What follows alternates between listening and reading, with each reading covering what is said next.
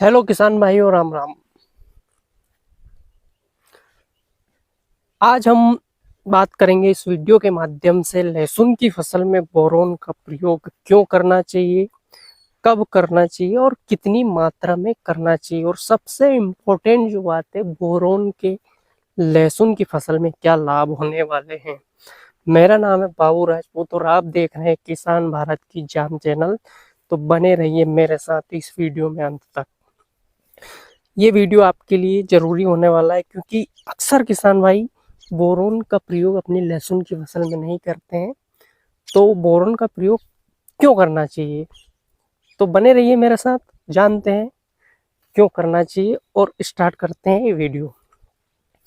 किसान भाइयों, किसी भी फसल में हम किसी पोषक तत्वों का प्रयोग करते हैं तो पहले उसका लाभ देखते हैं कि उसके आखिर लाभ क्या है, हमें इसका प्रयोग क्यों करना चाहिए। तो आप जानते ही होंगे कि बोरोन एक सूक्ष्म पोषक तत्व है जिसकी फसलों को बहुत ही कम मात्रा में आवश्यकता होती है, लेकिन आवश्यकता तो होती है, ऐसा नहीं है कि हम इसे नहीं डालें। तो इसका प्रभाव हमारी फसलों की गुणवत्ता पर पड़ेगा। सीधी सी बात है, जैसे कि आप जब खाना खाते हैं, अगर उसमें नमक की कमी होती है, थोड़ी भी नमक की कमी होती है, तो आपको खाने का टेस्ट नहीं लगता।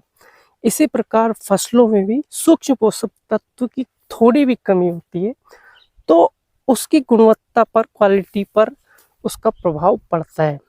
तो बोरोन भी एक मुख्य सूक्ष्म पोषक तत्व है, सूक्ष्म पोषक तत्वों में भी ये मुख्य है।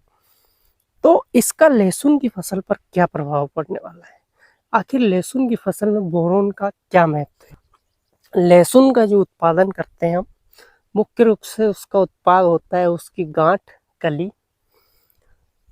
किसान भाइयों, बोरोन है जो कैल्शियम अवशोषण में फसल को मदद करता है। इसका मुख्य काम है कैल्शियम अवशोषण को फसल में ये मदद करता है।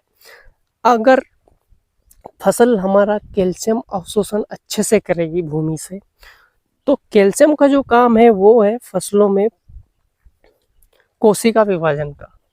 अगर कोशिका विभाजन अच्छे से होगी तो हमारे जो कंद का आकार है, कलियों का आकार है, वो बढ़ेगा। जितनी अधिक कोशिका उतना ही अधिक कंद का आकार। तो बोरोन है जो कैल्शियम अवशोषण में मदद करता है, ये जल अवशोषण में भी मदद करता है। बोरोन का एक काम और है, जब भी आप देखेंगे कभी कभी आपकी फसल का जो तना है, तने फटने की समस्या नजर आती है, तो उसको भी ये रोकता है।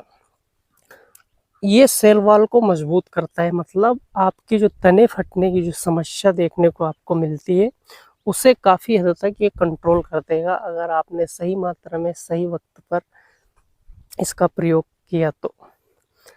अब सबसे बड़ी समस्या किसान भाइयों के साथ ये आती है कि इसकी कमी को हम जाने कैसे। तो किसान भाइयों, इसकी जो कमी है, लेकिन हर किसान टेक्निकल नहीं होता, तो हमें इसका प्रयोग बिना फसल की, लहसुन की फसल में कमी को जाने हुए भी इसका प्रयोग हमें कर देना चाहिए। अब हम इसका प्रयोग किस अवस्था में करें किसान भाइयों। लहसुन की फसल में हमें इसका प्रयोग द्वितीयक अवस्था में करना चाहिए, मतलब 2 महीने से 60 और 65 दिन की जब हमारी लहसुन हो जाती है, तो उस समय हमें इसका प्रयोग हमारी लहसुन में करना चाहिए। इसकी हमें मात्रा, सबसे इम्पोर्टेंट चीज़ है वो मात्रा। मात्रा किसी भी चीज़ की कम या अधिक नहीं होनी चाहिए, नहीं तो इसके नुकसान भी हो सकते हैं। तो इसकी मात्रा किसान भाइयों आपको लेना है। इसका प्रयोग स्प्रे के माध्यम से आप करें लहसुन में, तो इसका इफेक्ट आपको अच्छा देखने को मिलेगा। वैसे आप बेसल डोज में भी आप इससे मिला सकते हैं, लेकिन इसका आपको स्प्रे करना है 1 ग्राम प्रति लीटर पानी में, मतलब 1 लीटर पानी में 1 ग्राम बोरोन मिला है। इस हिसाब से आप आपका स्प्रे मेंटेन करें तो इसके फायदे अधिक होंगे। आप इसका प्रयोग 2 बार भी कर सकते हैं, लेकिन गैप रखें। 2 बार आप इसका स्प्रे करते हैं तो एक स्प्रे से दूसरे स्प्रे के मध्य आपको 15 से 20 दिन का गैप रखना चाहिए किसान भाइयों। बोरोन का स्प्रे आप फंगीसाइड, इंसेक्टिसाइड, एनपीके किसी भी खाद के साथ मिलाकर स्प्रे कर सकते हैं। एक बात आप ध्यान रखें किसान भाइयों, अगर आपने लहसुन की फसल में कोई माइक्रोन्यूट्रिएंट कॉम्बो किट का प्रयोग किया है या माइक्रोन्यूट्रिएंट पहले डाल चुके हैं, या आपकी फसल में आप केचुआ खाद या गोबर का खाद अगर डालें हैं, तो आपको बोरोन डालने की ज़रूरत नहीं है, क्योंकि इन खादों में पर्याप्त मात्रा में बोरोन होता है, जो जितनी मात्रा में हमें बोरोन चाहिए। तो अगर आप ये डाल चुके हैं पहले, तो आप अनावश्यक खर्च ना करें, फिर बोरोन ना डालें। तो आप बोरोन को यूज़ करिए आपकी लहसुन की क्वालिटी के लिए। और किसान भाई, वीडियो कैसा लगा? वीडियो अच्छा लगा हो तो लाइक करिए और हमारे चैनल को सब्सक्राइब करिए। धन्यवाद।